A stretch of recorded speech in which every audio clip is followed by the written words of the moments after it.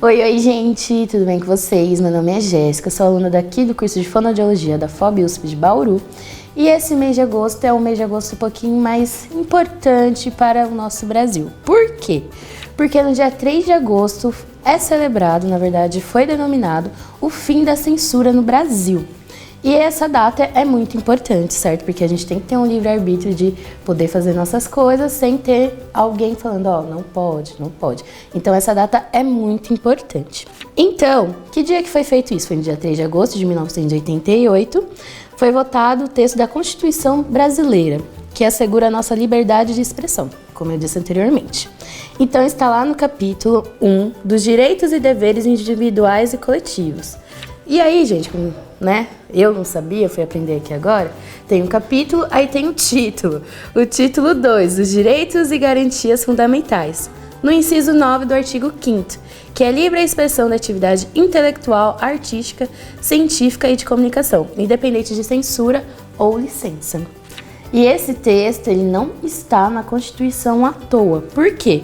Porque ele foi discutido e elaborado por várias pessoas para assegurar o fim da censura no Brasil, que foi implementada pelo antigo regime militar. Então, uma coisa que a gente pode levar em consideração é que muitas obras foram afetadas, muitos artistas foram afetados, não podiam escrever uma música, escrever um poema, sem ter uma cartinha lá, ó, você não pode fazer isso. Então, esse balaio, ele vai trazer uma série de dicas com produções que foram censuradas ou que tratam do tema. Então, antes de começar, não se esqueça de se inscrever no nosso canal, youtube.com/tvUSP Bauru.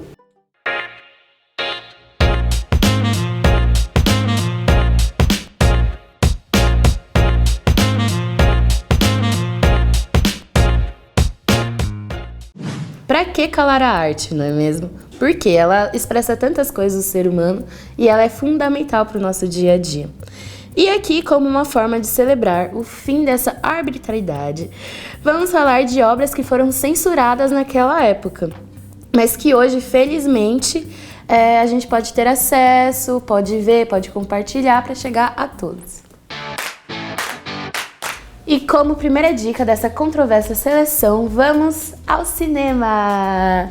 Então, o primeiro filme é O Bandido da Luz Vermelha, que foi lançado em 1968 e é um filme dirigido por Rogério Sganzerla e foi inspirado em uma história real. Trata-se de um filme brasileiro policial, inspirado nos crimes do assaltante João Acácio Pereira da Costa, apelidado de Bandido da Luz Vermelha. Na obra, o protagonista é um ladrão de residências luxuosas de São Paulo, que fica conhecido por carregar uma lanterna com luz vermelha e manter longos diálogos com suas vítimas, atraindo a atenção da polícia. Este filme é considerado um clássico do cinema marginal. Sganzerla tinha 22 anos quando o dirigiu. Uma continuação dirigida por Ícaro Martins e Helena Ignes, viúva de Sganzerla, foi lançado em 2010 sob o título de Luz nas Trevas, A Volta do Bandido da Luz Vermelha.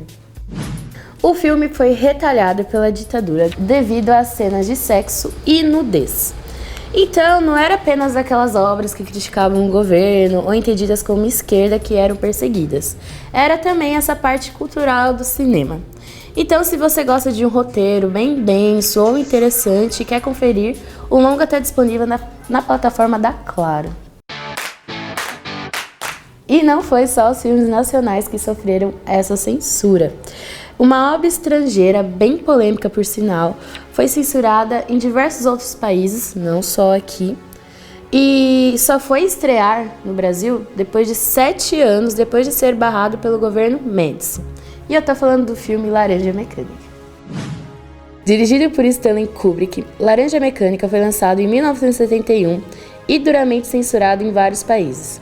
Aqui só conseguiu liberação em 1978. Mesmo assim, bolinhas pretas cobriam os seios e a genitália dos atores nas cenas de nudez. Se você não conhece essa obra, tem que adicionar na sua listinha do próximo final de semana. Laranja Mecânica é um filme policial de futuro distópico, baseado no romance de Anthony Burgess, com imagens violentas e perturbadoras. Fala de formas duvidosas de terapia para delinquência juvenil, discutindo questões sociais, políticas e econômicas. Na história, Alex é um carismático sociopata cujos interesses incluem música clássica e a chamada ultraviolência. Ele lidera uma pequena gangue de arruaceiros, que praticam uma horrível série de crimes. Quando são capturados, passam por uma tentativa de reabilitação através da experimental técnica de condicionamento psicológico, a técnica Ludovico. Gorgeousness and gorgeosity made flesh. Esse filme é super impactante e é um clássico. Se você não assistiu, com certeza já deve ter ouvido falar sobre ele por aí. E ele está disponível em várias plataformas, como Apple TV, YouTube, HBO Max e Globoplay. Você já ouviu falar sobre o cineasta Glauber Rocha? Se não, ele foi um dos grandes nomes do cinema novo, movimento que buscava romper com a estética e narrativas hollywoodianas na época. Em 2014, documentos da Comissão da Verdade mostraram que o governo militar na época pretendiam assassinar Glauber Rocha. Mas por quê? Por entender que ele era um líder da esquerda na época. E assim como artista, sua obra também foi perseguida. Terra em Transe, drama de 1967. Foi roteirizado e dirigido por Glauber Rocha e trata do cenário político de um país fictício chamado Eldorado, com personagens como déspota Porfírio Dias, que podem ser considerados metáforas de vertentes políticas do Brasil da década de 1960. O filme foi censurado e recolhido sob a alegação de que foram captadas no contexto da obra frases, cenas e situações com propaganda subliminar, além de mensagens negativas e contrárias aos interesses da segurança nacional. Aprenderão, dominarei esta terra, botarei estas histéricas tradições em ordem, pela força, pelo amor da força, pela harmonia universal dos infernos, chegaremos a uma civilização. Terra em Transe está disponível na plataforma de streaming Globoplay e, assim como O Bandido da Luz Vermelha, integra a lista dos 100 melhores filmes brasileiros de todos os tempos, feita pela Associação Brasileira de Críticos do Cinema, a Abracine. E quando falamos de cerceamento de liberdade de expressão artística no Brasil, não tem como não pensar em música, tipo nos festivais, nas histórias de exílio de Caetano Veloso, Gilberto Gil, na censura de Pra Não Dizer Que Não Falei de Flores, de Geraldo Vandré. E isso foi um período muito duro na arte, pelo menos naquela época. E um dos grupos que sofreu essa repressão foi a banda Secos e Molhados. A banda foi criada por João Ricardo em 1970, que na sua formação mais famosa contou ainda com Gerson Conrad e Ney Matogrosso. Além da música, o grupo ganhou um reconhecimento pelas maquiagens e roupas extravagantes que renderam ao vocalista Ney Matogrosso a proibição de ser filmado em planos próximos nas apresentações em programas de TV da época, por sua performance andrógena. Aqui a gente deixa a indicação do álbum Secos e Molhados, de 1973, que foi um disco de estreia da banda, com sucessos como A Rosa de Hiroshima, O Vira e O Sangue Latino. Em 2007, ficou em quinto lugar da lista de 100 maiores discos de música brasileira, feita pela Rolling Stones do Brasil. Não deixe de ouvir na sua plataforma preferida. E para quem quer entender melhor sobre os impactos da censura no cenário musical do Brasil, João Pimentel e Zé McGill lançaram o livro Mordaça, Histórias de Música e Censura em Tempos Autoritários. A obra, lançada pela Sonora Editora, traz uma seleção de casos emblemáticos do embate entre arte e autoritarismo no Brasil. São 29 capítulos desenvolvidos a partir de entrevistas feitas pelos autores com artistas que viveram e sofreram as ações de controle governamental por meio da censura e que, neste livro, se tornam personagens. Mordaça traz depoimentos de Chico Buarque, Paulinho da Viola, Gilberto Gil, João Bosco, Caetano Veloso, Ney Matogrosso e outros mais, colhidos entre 2018 e 2021. Olha só, esse livro acabou de sair do forno praticamente, ele foi lançado em dezembro do ano passado e tá rico de registros históricos da música brasileira no Brasil, então eu acredito que vale a pena conferir.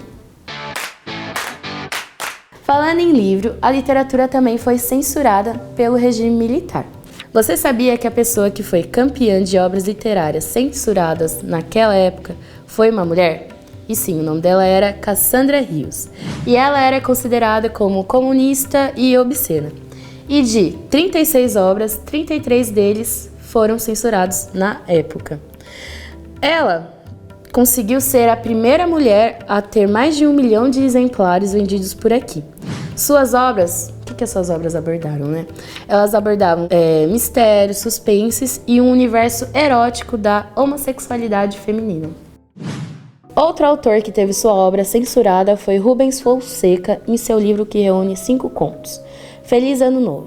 Suas narrativas, que falavam de sexo, violência e conflito entre classes sociais, foram um sucesso público, vendendo 30 mil cópias no seu ano de lançamento, que foi em 1975.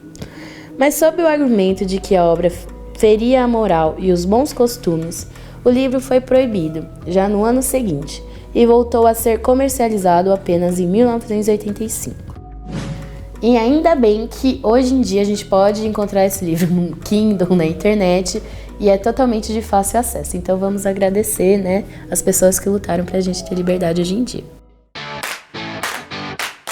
E para conhecer ainda mais sobre aquele período crítico no Brasil, fica aqui a sugestão de visita ao portal Memórias da Ditadura. O projeto do portal Memórias da Ditadura é uma realização do Instituto Vladimir Herzog, com o objetivo de divulgar a história do Brasil no período do regime militar, de 1964 a 1985. A ideia é difundir conteúdos que possam comunicar a complexidade e a intensidade dos fatos ocorridos durante a ditadura do ponto de vista político, social e cultural, na perspectiva dos direitos humanos e da memória e verdade. Lá é possível encontrar uma seção voltada à arte e à cultura, mostrando um panorama das diferentes linguagens artísticas nesse período. Esse portal traz um material riquíssimo produzido por uma equipe de profissionais de comunicação e educação no Brasil. Eu, se fosse você, já corria para lá depois desse programa maravilhoso para assistir essas aulas de história.